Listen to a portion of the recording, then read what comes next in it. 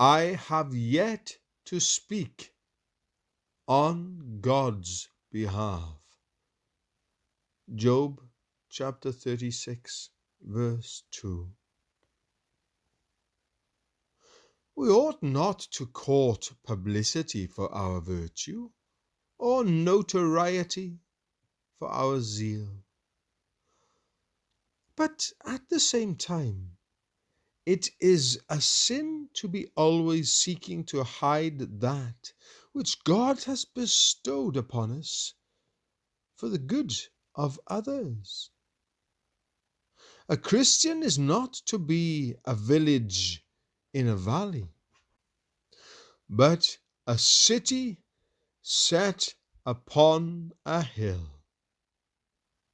He is not to be a candle under a bushel, but a candle in a candlestick, giving light to all.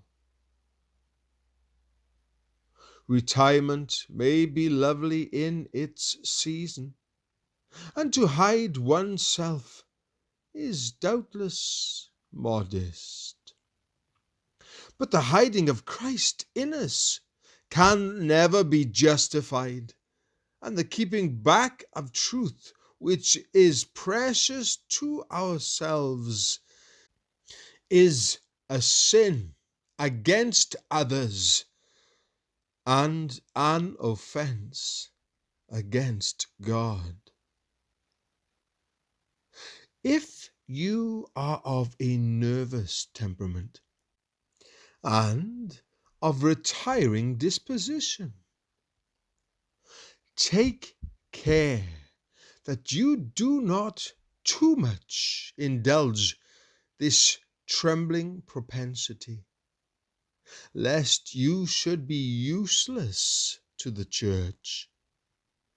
Seek in the name of him who is not ashamed of you to do some little violence to your feelings, and tell to others what Christ has told to you. If thou canst not speak with trumpet tongue, use the still small voice. If the pulpit must not be thy tribune, if the press may not carry on its wings thy words, yet say with Peter and John, silver and gold have I none, but such as I have give I thee. By psyche as well, talk to the Samaritan woman. If thou canst not on the mountain preach a sermon, utter the praises of Jesus in the house, if not in the temple, in the field, if not upon the exchange, in the midst of thine own household. If thou canst not talk in the midst of the great family of man, from the hidden springs within, let sweetly flowing rivulets of testimony flow forth, giving drink to every passer-by. Hide not thy talent, trade with it, and thou shalt bring in good interest to thy Lord and Master.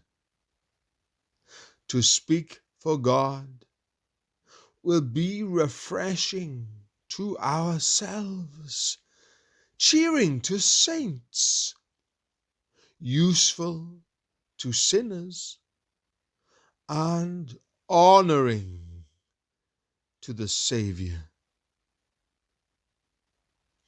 Dumb children are an affliction to their parents. Lord, unloose all thy children's tongues. I have yet to speak on God's behalf. Job chapter 36, verse 2.